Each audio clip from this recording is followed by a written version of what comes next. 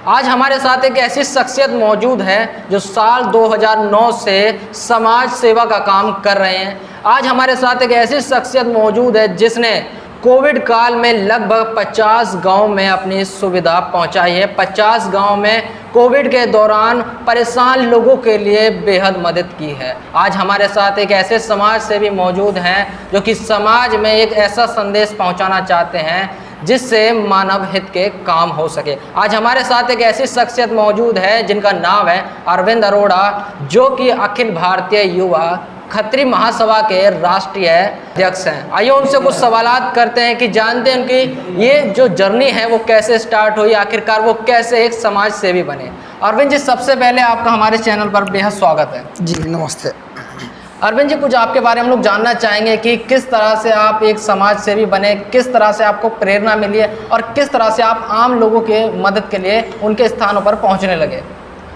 देखिए, मैं सबसे पहले कहूं कि अपने माता पिता से प्रभावित हूं।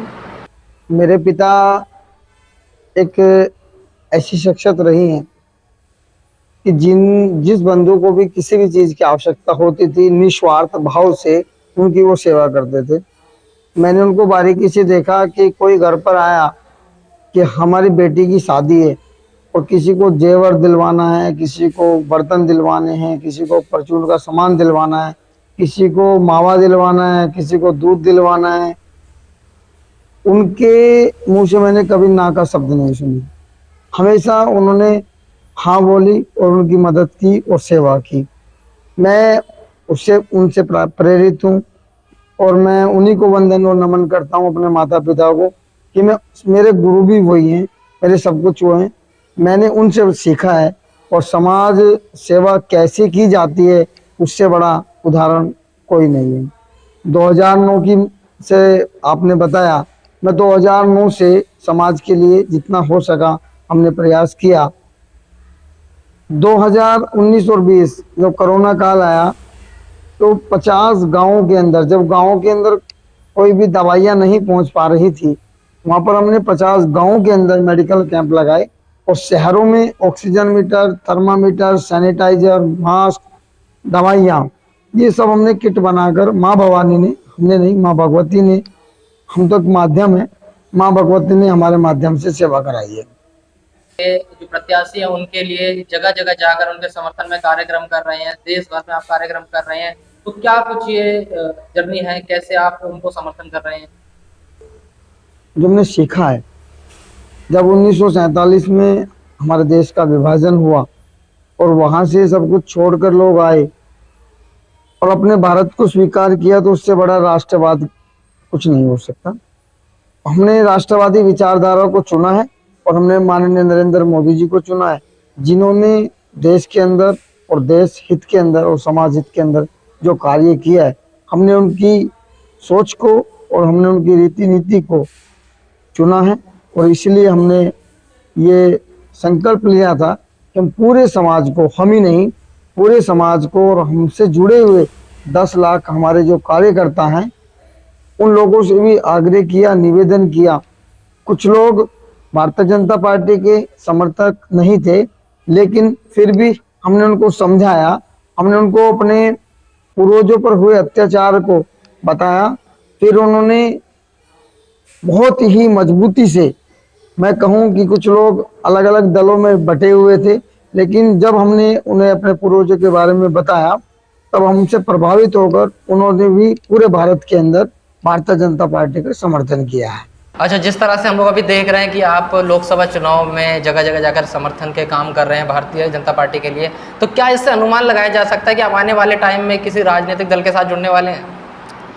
देखिए, ये सवाल आप ही का नहीं, मैं कहूँ ये समाज के बहुत सभी लोगों का, बहुत सारे लोगों का है।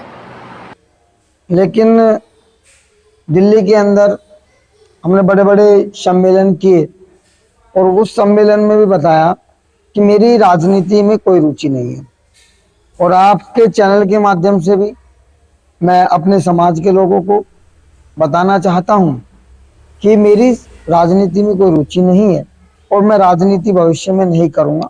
मैं समाज के लिए जिया हूं और समाज के लिए मरूंगा, क्योंकि मेरे पिताजी भी राजनीति में इच्छा नहीं रखते थे, वो भी एक सामाजिक व्यक्ति थे, हैं। और मेरी भी यही सोच है कि मैं भी हमेशा अपने समाज के लिए कार्य करता रहूं, सर्व समाज के लिए कार्य करता रहूं। है कि आप अगर आप किसी राजनीतिक दल के साथ जुड़ जाते हैं तो आप तब भी ये समाज सेवा कर सकते हैं। ये अगुमनी या समाज के दायित्व पर बैठा वो व्यक्ति जो समाज के लिए, समाज की बात करके और साथ में राजनीति की बात करता है, तो उसमें समाज का शोषण होता है। मैं आपको बताना चाहूंगा कि 1947 से लेके आज तक लगभग कई हजार संगठनों का मैंने जो है सर्वेक्षण किया है, और उसमें ये मिला है कि जिस लोग अध्यक्ष होते हैं या संगठन को चलाने वाले होते हैं, जब वो राजनीति करते हैं तो समाज को वहीं छोड़ के चले जाते हैं जहां से वो उन्होंने शुरू किया था उस जंगी को। अपने लिए तो मैं कर रहा हूं, लेकिन जो समाज के लिए 2009 से कर रहा हूं, आज 10 लाख लोग जोड़ ले, उनकी जो मेरे ऊपर ये मान लो मैं कहूं कि विश्वास है, दृढ़ विश्वास है कि अरविंद जी हमारे साथ खड़े हैं, और मैं राजनीति में चला जाऊं तो ये तो उनके लिए विश्वासघात होगा। क्योंकि जो मेरे युवा हैं, जो हमसे जुड़े हुए लोग हैं, हम उन लोगों को आगे बढ़ाएंगे, उनको उस सिस्टम पर बैठाएंगे, राजनीतिक सिस्टम पर, वहां से भी हम काम करा सकते हैं। जरूरी नहीं कि मैं राजनीति करूं। तो जब वो सिस्टम हम बना देंगे, और जब आज लाखों कार्यकर्ता हमारे साथ जुड़े हुए हैं और आज राजनीति में हम उनको हिस्सेदारी दिलाएंगे, तो 100% है कि हम मजबूत होंगे, हमारी ताकत मजबूत बढ़ेगी। अरविंद जी, एक बात है कि कुछ साल पहले एक मूवी आई थी शिवाजी द बॉस, रजनीकांत उसमें लीड रोल में थे। उस फिल्म में दिखाया गया था कि एक मतलब व्यक्ति आता है जो बाहर देश से पढ़कर आता है, देश की भलाई के लिए भारत में आके काम करना चाहता है, लेकिन वहाँ पर दिखाया जाता है कि उसको किस तरह की समस्याओं का सामना करना पड़ता है। आप एक समाज सेवी हैं, कहा जाता है कि समाज सेवी को भी राजनीतिक दल का संरक्षण की ज़रूरत होती है, तो आपको ऐसा लगता है कुछ? देखिए, हमारे समाज के जो राजनीति में हैं, जिनका संरक्षण, मैं कहूँ कि संरक्षण किस लिए चाहिए व्यक्ति को, अगर मेरी बात, समाज की बात सरकार तक जा रही है और वो नहीं सुनी जाए तो तब संरक्षण की आवश्यकता होती है। लेकिन जब समाज की बात पहुंचने के बाद और समाज की हर बात का समाधान हो रहा है, तो फिर संरक्षण की आवश्यकता नहीं होनी चाहिए। फिर आवश्यकता नहीं होनी चाहिए। जब मैं ऑलरेडी है और वो बात सुनी जा रही है तो आवश्यकता नहीं है। वैसे आप समाज सेवा कर रहे हैं, कई सालों से समाज सेवा कर रहे हैं, वैसे इससे क्या संदेश देना चाहते हैं आम लोगों के बीच? देखिए, मैं अपने समाज के लिए मैं ये संदेश देना चाहता हूँ कि मैं समाज की सेवा के लिए मेरा जन्म हुआ है, और मैंने कई बार कहा कि मेरी एक एक रूह और एक मेरा जो खून का कतरा कतरा समाज के लिए समर्पित है। मैं समाज को ये संदेश देना चाहता हूँ कि मैं एकता चाहता हूँ, और उस पूरे हिंदुस्तान के अंदर, समाज के अंदर ये बताना चाहता हूँ कि समाज इस संगठन के साथ जुड़े, इस मुहिम के साथ जुड़े, क्योंकि राजनीति मेरा लक्ष्य नहीं है। मेरा जो लक्ष्य है वो केवल, जैसे कि पूरे हिंदुस्तान के अंदर जब हमने एक आवाज़ भी उठाई कि विभाजन विभीषिका स्मृति दिवस जो 2023 में नरेंद्र मोदी जी ने, आदरणीय प्रधानमंत्री जी ने इसकी घोषणा की, तो हमने सोचा था कि हम भी एक ऐसा कुछ लोगों को ऐसा दें कि जिसके, मैं कहूँ कि हम लोगों को बता सकें कि हमने क्या खोया और क्या पाया। तो हमने एक योजना बनाई, उस योजना के तहत हम आज काम भी कर रहे हैं, और हम ये चाहते हैं कि पूरे भारत के अंदर जहाँ भी हमारे समाज के लोग हैं, वहाँ हमें एक विभाजन विभीषिका स्मृति भवन हमें मिले। ये मेरा पहला संकल्प है समाज के लिए। मैं समाज के लिए सबसे पहले चाहता हूँ कि समाज को पूरे हिंदुस्तान के प्रत्येक जिले के अंदर विभाजन विभीषिका स्मृति भवन हमें चाहिए, जहाँ अपने पूर्वजों की उस याद में जो शहीद हुए हम बता सकें कि हमारे साथ ये अत्याचार हुआ है। तो मेरा पहला संकल्प ये है। दूसरा, जो राजनीतिक दल हैं और कहते हैं कि जिसकी जितनी भागीदारी उसकी इतनी हिस्सेदारी, जिसकी जितनी हिस्सेदारी उसकी इतनी भागीदारी, कुछ राज्य हमारे ऐसे हैं, दिल्ली है, हरियाणा है और पंजाब है, जहाँ लगभग 30% से ऊपर की जनसंख्या हमारी है। बाकी बिहार में है, मध्य प्रदेश में है, उत्तर प्रदेश में है, काफी संख्या में लोग हैं। तो शहरी क्षेत्रों में काफी लोग हैं, लेकिन राजनीतिक उनको बेनिफिट नहीं मिल पा रहा। तो मेरा जो संकल्प ये है कि जब राजनीतिक दल ये कहते हैं कि जिसकी जितनी भागीदारी उसकी उतनी हिस्सेदारी, तो उन युवाओं को जो हमसे जुड़े हुए लोग हैं, मैं 100% ये दावे के साथ कह सकता हूँ कि आपको अधिकार दिलाने का काम करेगा, तो आपका ये संगठन करेगा।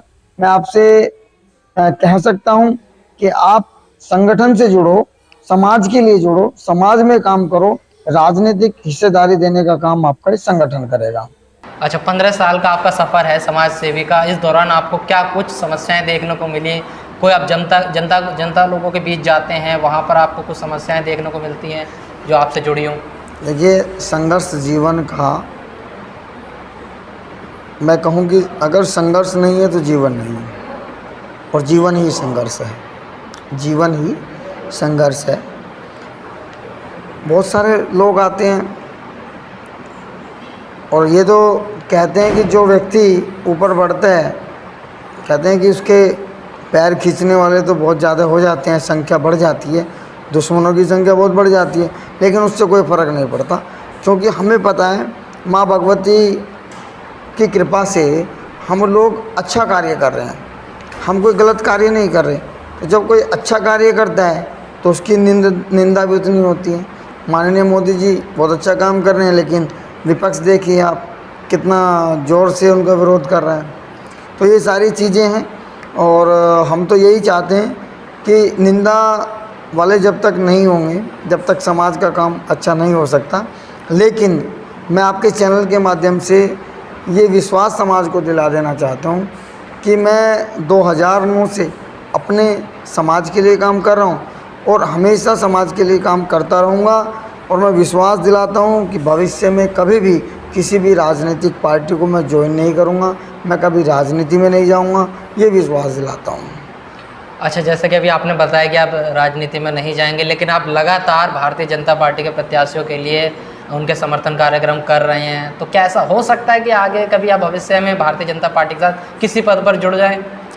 नहीं, मैंने अभी बताया ना, कभी भी भविष्य में राजनीति ज्वाइन नहीं करूँगा, और मुझे कोई इच्छा नहीं है। माँ की कृपा से मुझे एक समाज ने जो ये दायित्व दिया हुआ है, मैं उसका निर्वहन करता रहूं, मुझे इतनी शक्ति प्राप्त होती रहे। मैं उसी के लिए धन्यवाद करता हूं माँ भगवती का कि मुझे इसी दायित्व पर रखे और मैं समाज की सेवा करता रहूं। राजनीति में मैंने कहा कि अपने उन युवाओं को हम लेकर आएंगे जो राजनीति में इच्छा रखते हैं। बहुत बहुत धन्यवाद अरविंद जी हमारे साथ जुड़ने के लिए। आज हमारे साथ अरविंद अरोड़ा जी, जो कि अखिल भारतीय क्षत्रिय युवा महासभा के राष्ट्रीय अध्यक्ष हैं। उन्होंने अपनी जर्नी के बारे में बताया कि किस तरह से वो एक समाज सेवी बने और इस बीच क्या कुछ उनको समस्याएं देखने के लिए मिली। हालांकि उन्होंने राजनीति से जुड़ने के लिए सिरे से खारिज कर दिया है।